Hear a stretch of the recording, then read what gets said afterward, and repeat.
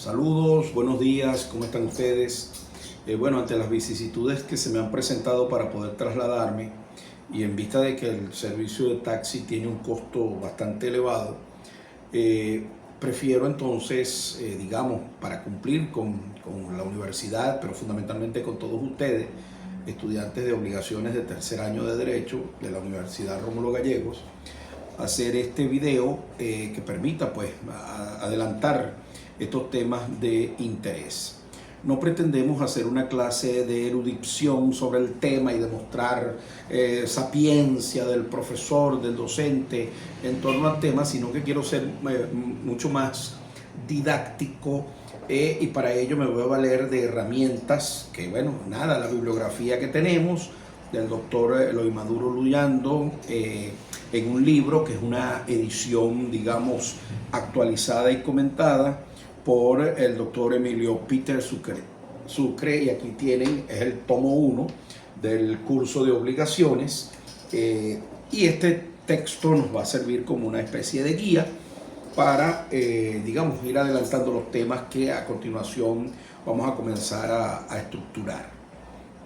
Ustedes estudiaron Derecho Civil 1, personas, y estudiaron todo lo que significa la vida del ser humano desde que nace hasta la muerte y las repercusiones pues, de lo que tiene que ver con la personalidad, la capacidad, todo lo que tiene que ver con el avance de la persona desde el punto de vista de sus relaciones filiatorias, familiares, en fin, la vida de la persona en términos generales, pero enfocado desde ese punto de vista individual. Luego en Derecho Civil 2 estudiaron lo que es el curso de bienes y derechos reales. Aquí se hace un análisis de lo que es el patrimonio, digamos ya la relación de los bienes con la persona, la existencia de bienes, de patrimonio en relación con la persona. Y se estudian pues todas las instituciones jurídicas que tienen que ver con los bienes. Hacen una clasificación de los bienes, como bien ustedes pudieron notarlo, digamos, estudiaron lo que son los bienes muebles, los bienes inmuebles, los inmateriales, aquellos bienes inclusive que son bienes muebles pero que por la destinación pasan a ser inmuebles, estudiaron todo el régimen que ello significa, estudiaron todos los modos de, digamos, de lo que tiene que ver con la posesión, el animus, el corpus, estudiaron la propiedad, estudiaron los elementos constitucionales y legales de la propiedad. Me supongo que, por supuesto, analizaron el artículo 115 de la Constitución y los artículos pertinentes en el Código Civil respecto de la propiedad y comprendieron la distinción entre la posesión como un hecho y la propiedad como aquellos elementos jurídicos de carácter documental que me acreditan la titularidad sobre un bien. Lo ideal, estudiaron también, es que además de, digamos, de titular del bien, sea poseedor del mismo. Esa doble identidad es esencial también, no es, digamos, necesariamente debe darse así, pero sí es un elemento, digamos, bastante esencial a la hora de cualquier litigio en temas relativos a posesión o propiedad. Son dos cosas distintas y eso hay que tenerlo muy claro. Una cosa es la propiedad, otra cosa es la posesión y los elementos que distinguen a cada una de ellas. La posesión son elementos fácticos, elementos de hecho. La propiedad tiene que ver con las relaciones documentales que se tenga sobre un bien determinado, y un bien determinado significa para nuestra legislación que está perfectamente ubicado por sus medidas, linderos, ubicación y demás características, de manera que es identificable el bien en el documento del que se trata. Entonces, en resumen, tienen ustedes el análisis de los derechos personales, el análisis de los derechos reales, y ahora vamos a revisar temas que tienen que ver con las obligaciones. Es decir, esa mezcla de la relación patrimonial con la persona va a, digamos, a generarnos lo que podemos ir trabajando como las obligaciones. De qué manera la persona en sus relaciones con otras personas puede establecer mecanismos que permitan establecer formas e instituciones que le interesan al derecho. Y en ese sentido vamos a tratar de ubicar al derecho de obligaciones como aquella rama del derecho civil que pertenece al derecho privado y visto entonces desde la óptica del individuo y de su patrimonio. Hay conceptos que podemos encontrar en la bibliografía, así como la importancia de lo que es el derecho de obligaciones, el carácter patrimonial que tiene el derecho de obligaciones. Fíjense, por ejemplo, en el manual o libro de texto que les indiqué, se establece lo siguiente: el derecho de obligaciones regula las relaciones patrimoniales entre personas, de allí que sea catalogado como la rama del derecho privado que presenta un carácter y contenido eminentemente patrimonial y reglamenta relaciones de evaluación económica, de manera que estamos en presencia de las relaciones que pueden, digamos, estar directamente vinculadas con lo que son los contratos. De hecho, vamos a estudiar los contratos en general en esta materia, ya en los próximos cursos, y finalmente van a ver una materia, espero que esté en la pensa de estudio, que está referida exclusivamente ya a los contratos propiamente dichos. Entonces hace una ponderación, una valoración y un estudio analítico sobre cada una de las modalidades de los contratos. Desde ese punto de vista, la clasificación entonces que tenemos de las obligaciones, pasamos a revisar lo que sería el plan de esta obra, el plan de la materia, la teoría general de las obligaciones, que comprende, digamos, aspectos de las obligaciones en general. Vamos a estudiar los efectos de las obligaciones, los efectos de acuerdo con la clasificación doctrinaria, efectos primarios, efectos secundarios. Vamos a estudiar las diversas clases de obligaciones en particular, los modos de extinción de las obligaciones. En una segunda parte vamos a estudiar entonces al contrato, al hecho ilícito, al abuso del derecho, al enriquecimiento sin causa, al pago de lo indebido y a la gestión de negocios. Finalmente, digamos, son esos los temas que componen esta materia en especial. Podemos decir entonces la naturaleza abstracta de las obligaciones en general, que su principio fundamental es una tendencia a la inmutabilidad, tanto en el espacio como en el tiempo, y de allí los caracteres de la universalidad y de la permanencia de las obligaciones, y especialmente de las obligaciones contractuales. El derecho de obligaciones es universal en el sentido de que es semejante a diversos ordenamientos jurídicos, digamos inclusive en aquellos ordenamientos jurídicos cuyos países tienen una determinada economía o modelo económico o modelo político. En todo caso, si se hace un análisis, vamos a encontrar que en China hay una estructura de lo que son el derecho de las obligaciones, lo mismo que en Cuba, lo mismo que en la ex Unión Soviética y en la Rusia actual. Y por supuesto, el tema de las obligaciones que nosotros manejamos en Venezuela deviene de lo que podemos llamar como el código napoleónico, que sirvió también de fundamento para el establecimiento de los códigos civiles en general en Europa. Estamos hablando del código italiano, que tiene digamos, nuestro derecho de obligaciones para Venezuela casi que es una copia textual del código italiano de derecho civil, y son entonces temas que son muy concordantes con lo que se manejan en Europa. Hay cierta similitud entonces en las obligaciones en el código francés, en el código italiano y en el código alemán, y esas similitudes pasan aquí a Venezuela y por supuesto en general a los países de América Latina, digamos con ciertas instituciones que son muy equiparables desde ese punto de vista. La permanencia del derecho de las obligaciones deviene de su carácter abstracto. Digamos, hay una invariabilidad en el tiempo y eso le permite ese carácter de permanencia del derecho de obligaciones. Efectos y estructura de la obligación, considerados en su esencia, han permanecido inmutables desde tiempos de Roma. aplicándose para resolver la interacción de derechos personales desde la edad antigua hasta los tiempos contemporáneos. Es lo que acabo un poco de decir respecto del origen digamos, el origen de la codificación de los aspectos que tienen que ver con el derecho de las obligaciones. Avanzando, encontramos entonces, digamos, el origen del derecho de obligaciones.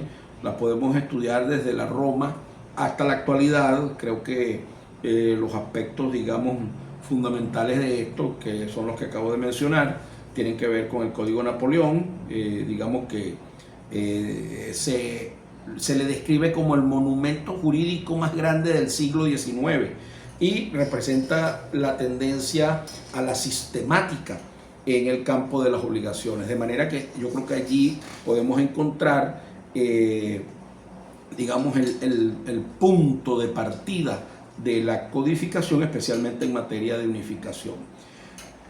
Hay un aspecto interesante que vale la pena recalcar, y es que el Código Italiano de 1942 se aparta en muchos aspectos del propio Código Italiano de 1865, ya que en él se unifica lo que es la legislación civil y mercantil, incorporando en ese sentido normas de concepción mucho más modernas, inclusive contrarias a la del derecho anterior.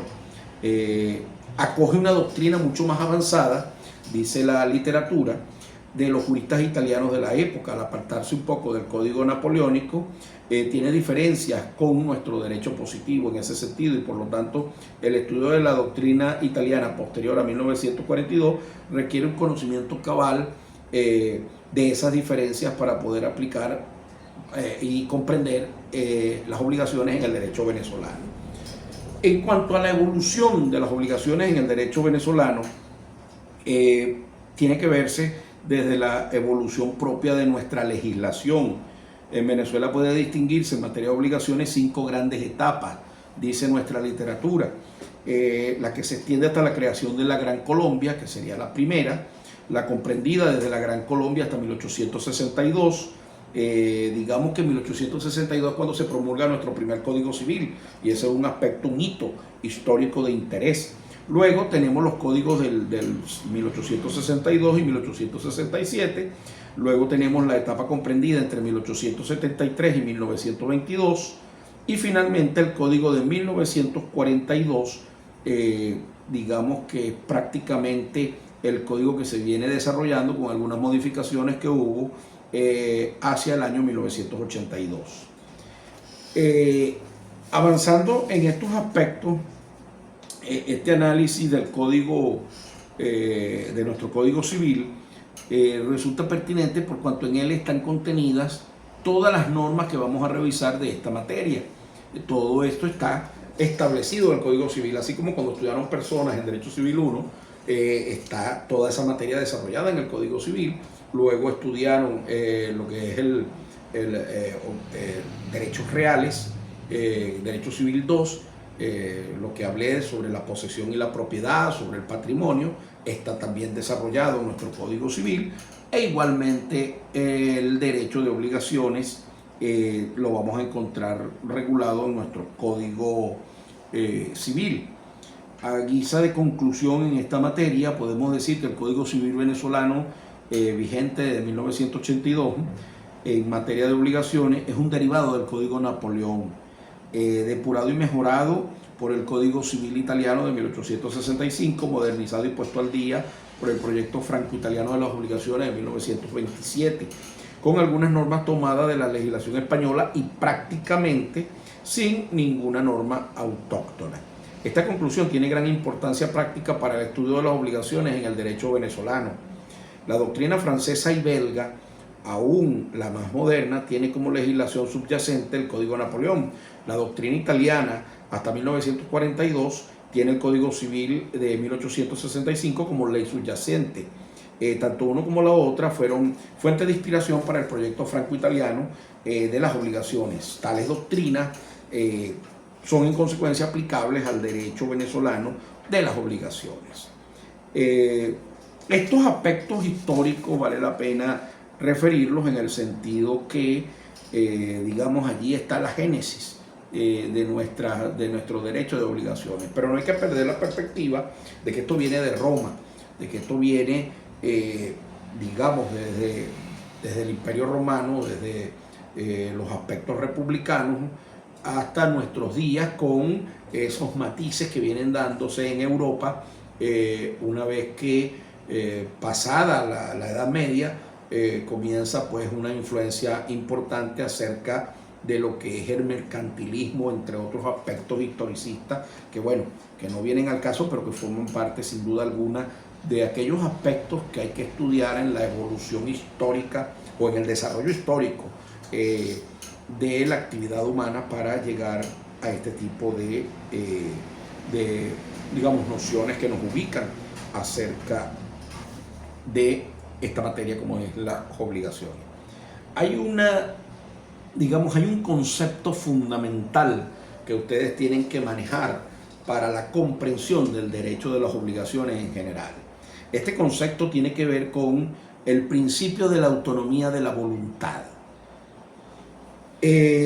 Ustedes conocen o han oído hablar en muchas ocasiones y en otras materias sobre el concepto de orden público y aquellas nociones sobre la intervención del Estado en reglar muchas situaciones que nosotros en materias anteriores, en clase anterior, hemos clasificado dentro de lo que se llama el derecho social.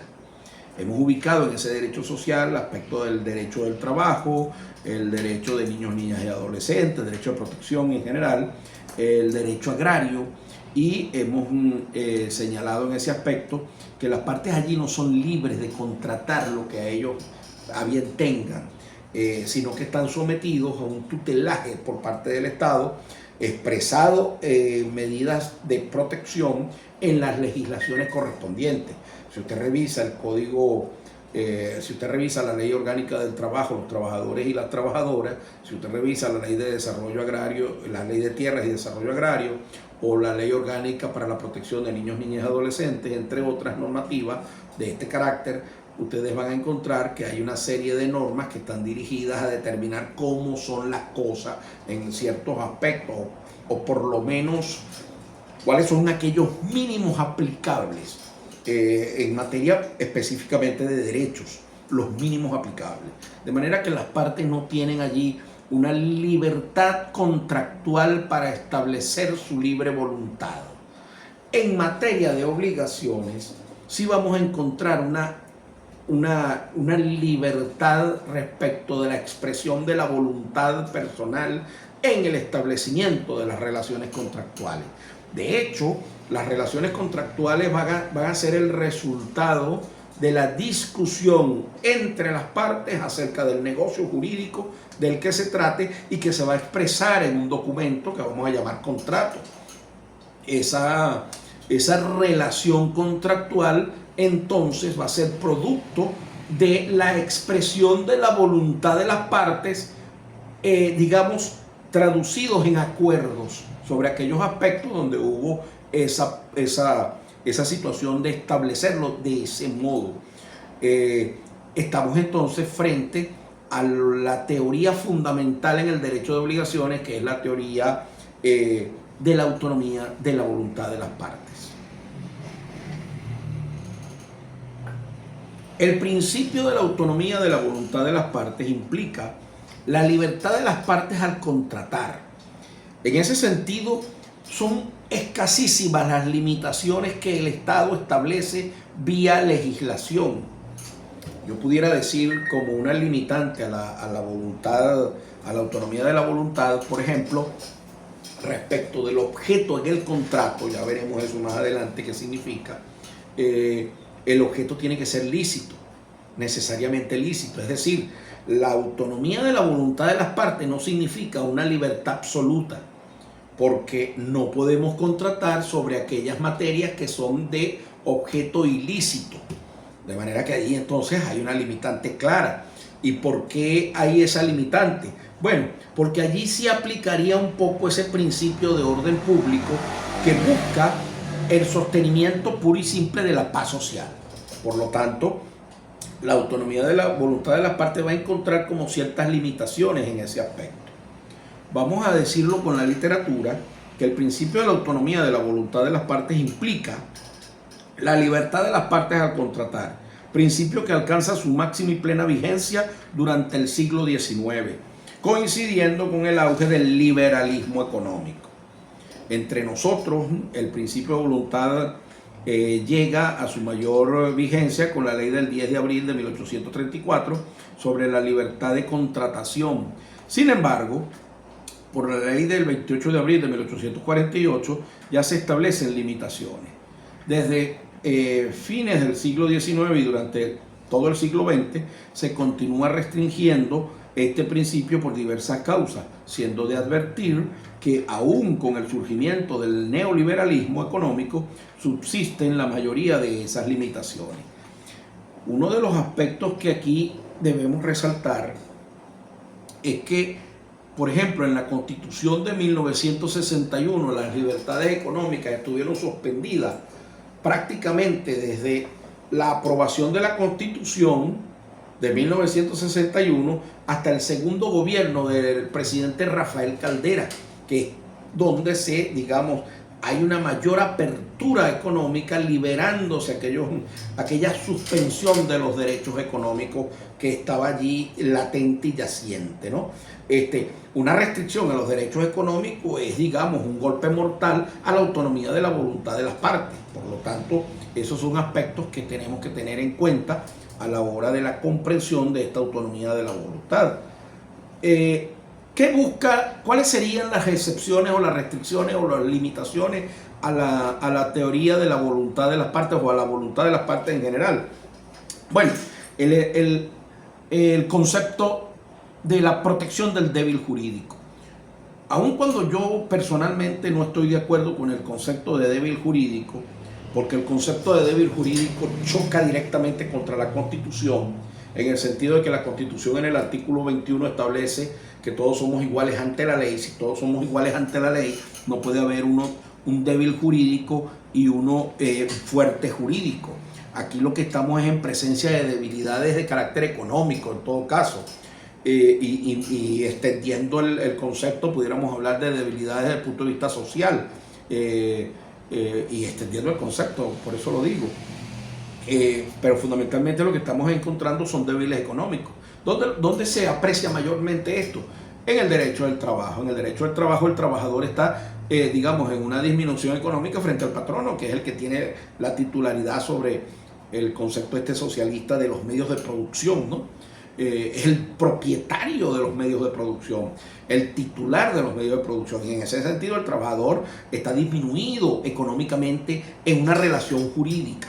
Es por ello que la Ley Orgánica del Trabajo necesita un apalancaje como el concepto de orden público, por ejemplo, para evitar que las partes puedan contratar de manera libre, sino que se establecen en ese sentido, como ya lo dije, unos mínimos de derechos que la ley otorga y la ley confiere en las relaciones entre esas partes que no son iguales desde el punto de vista económico.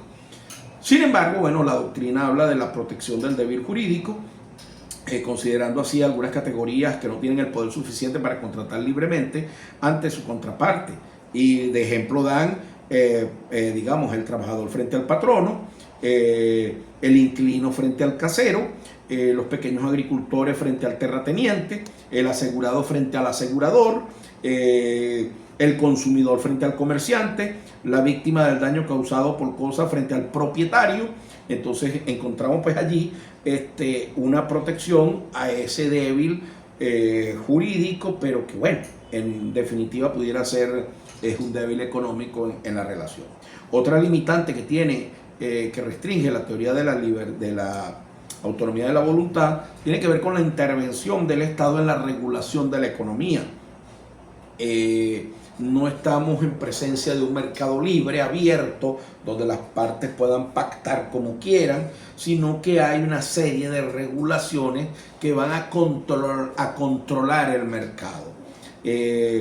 Generalmente la economía social de mercado, desde el punto de vista político, tiene ese carácter, ¿no? El carácter controlador. Entonces, allí encontramos la intervención del Estado en ese sentido. El desarrollo económico su más equitativo y eficaz funcionamiento ha hecho necesaria la intervención del Estado.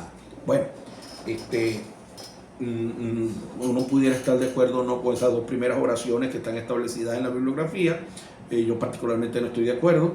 De hecho, los países más exitosos carecen, en realidad exitosos económicamente, carecen efectivamente de esa búsqueda de lo equitativo. Porque la búsqueda de lo equitativo en realidad está escondiendo es que hay que ser equitativo entre aquel que produce y aquel que no hace nada para producir. Entonces, buscar una igualdad en ese sentido, yo no estaría de acuerdo, obviamente. De manera que el concepto allí es un poco, digamos, forzado, y por eso, bueno, la intervención del Estado en la regulación del proceso económico en Venezuela tiene inclusive hasta un sustento y un fundamento constitucional. Y tal vez eso es lo que no permita mucho el crecimiento económico en términos generales, pero esto es una opinión muy personal.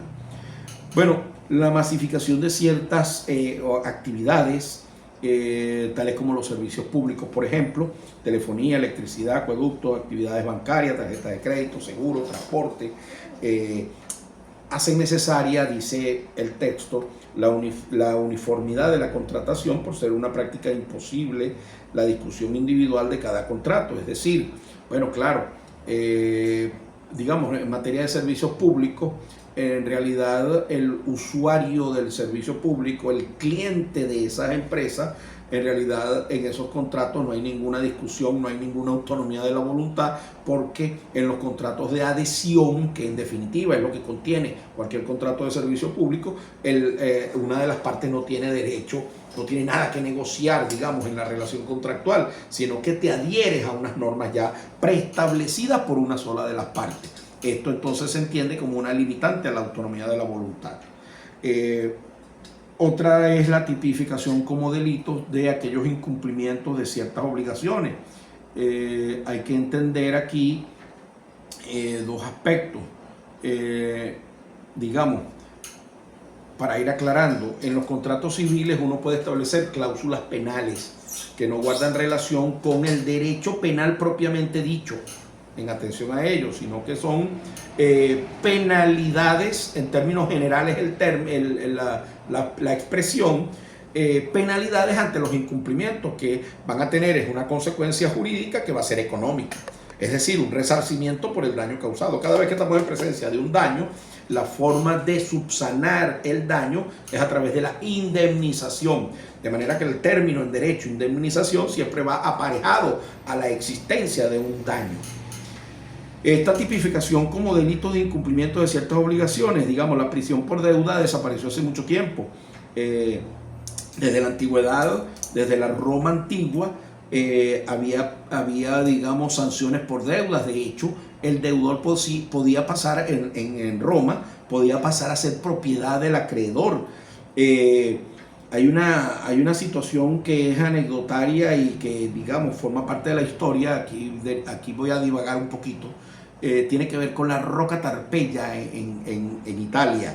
La Rocca Tarpeia era una roca, digamos, una especie de colina rocosa, por donde lanzaban al deudor que se convertía en un insolvente, que no cumplía con sus obligaciones de pago de aquellos créditos que tenía pendientes. De manera que los acreedores tenían el derecho de lanzar a ese deudor por la Rocca Tarpeia. Llama la atención porque en Venezuela nosotros tenemos una Rocca Tarpeia. No voy a hablar más sobre ese tema en Venezuela, ustedes pueden ser material para que ustedes ubiquen, donde en Caracas está lo que se llama la Rocca Tarpeia. Bueno, este aspecto es interesante en ese sentido. Hoy la tendencia a considerar delito el incumplimiento de ciertas obligaciones civiles, digamos, ha disminuido. Sin embargo, hay algunas deudas que sí pueden establecerte penalidades de carácter ya de derecho penal. Por ejemplo, el incumplimiento de la obligación alimentaria, esa puede ser una. La otra, pudiéramos estar en presencia del que te pueda generar cárcel por no cumplir con esa obligación de prestación de alimentos a hijos o a ascendientes según se trate. Entonces, son dos cosas un poquito distintas respecto a las legislaciones que aplican, pero en Venezuela, por ejemplo, hay obligaciones de alimentos para los ascendientes, padres, tú como hijo, y la obligación que todo el mundo conoce, que es la obligación de alimentos a los niños, niñas y adolescentes, que son hijos pues, del obligado. En ese sentido pudiera darse esta situación penal. La otra está en materia tributaria, que pudiera generar algunas situaciones de carácter penal propiamente dicho. La protección de la víctima frente al daño sufrido por las cosas es otra limitante a la teoría de la voluntad. La responsabilidad por culpa que se extiende, digamos, se extiende la responsabilidad objetiva para lograr una justa reparación de la víctima del daño. Otra limitante es la aparición de nuevas instituciones como remedio al exceso de rigor de la ley. Se tiende a corregir el desequilibrio inicial de las prestaciones mediante la extensión del concepto de lesión. Digamos, en este sentido está la ley de protección al consumidor, el problema de algunas tipologías como la usura, pudiera ser el acaparamiento, en fin. Esas serían entonces limitantes a la teoría de la voluntad. Pero en concreto, digamos, saliendo de estas limitaciones, que no son las que se dan generalmente en los contratos, digamos, en general, vamos a encontrar pues que las partes pactan libremente sobre la situación que los va a ligar, que va a establecer esa relación jurídica de manera en absoluta libertad. Cada parte puede promover sus propios intereses, es una situación de negociación y creo que los abogados, digamos, de nuevo cuño, deberían estar muy bien formados en cuanto a estos aspectos de la negociación, utilizando para ello los mecanismos de resolución de conflictos. Si bien la contratación no representa per se un conflicto, alcanzar los acuerdos pudieran servir de base para utilizar esos mecanismos de mediación, digamos la intervención de un tercero ajeno a la situación que pueda permitir llevar adelante una negociación para que las partes acuerden adecuadamente en la comprensión de lo que significa establecer acuerdos interpartes a través de la figura de la mediación. Los nuevos abogados deberían formarse en esos aspectos porque sirven no solo a la hora del establecimiento de la contratación de tus futuros clientes, sino que también sirve para los juicios, sirve para aquellas audiencias donde es necesario, con la ayuda del juez, establecer mecanismos que permitan la resolución de conflictos, y eso lo vamos a encontrar en otras materias y que la vamos a encontrar en futuro, vamos a decir un futuro inmediato, en la resolución de los conflictos en materia civil, con el cambio que se pueda dar del Código de Procedimiento Civil, la modificación a para adecuarlo a la Constitución. La Constitución ordena los procesos orales y por lo tanto, digamos, transformar el juicio escrito a la oralidad permitiría a un abogado con conocimiento en el manejo de estos mecanismos de resolución de conflictos, digamos, formarse con las aptitudes necesarias para lograr alcanzar negociaciones productivas y resolución de conflictos de manera mucho más expedita. Bueno, hasta aquí, digamos, tenemos prácticamente establecida lo que sería esta primera parte de este tema. Vamos a dejarlo hasta aquí y estoy entonces pendiente para hacerles llegar el segundo video con la segunda parte de esta clase. Saludos.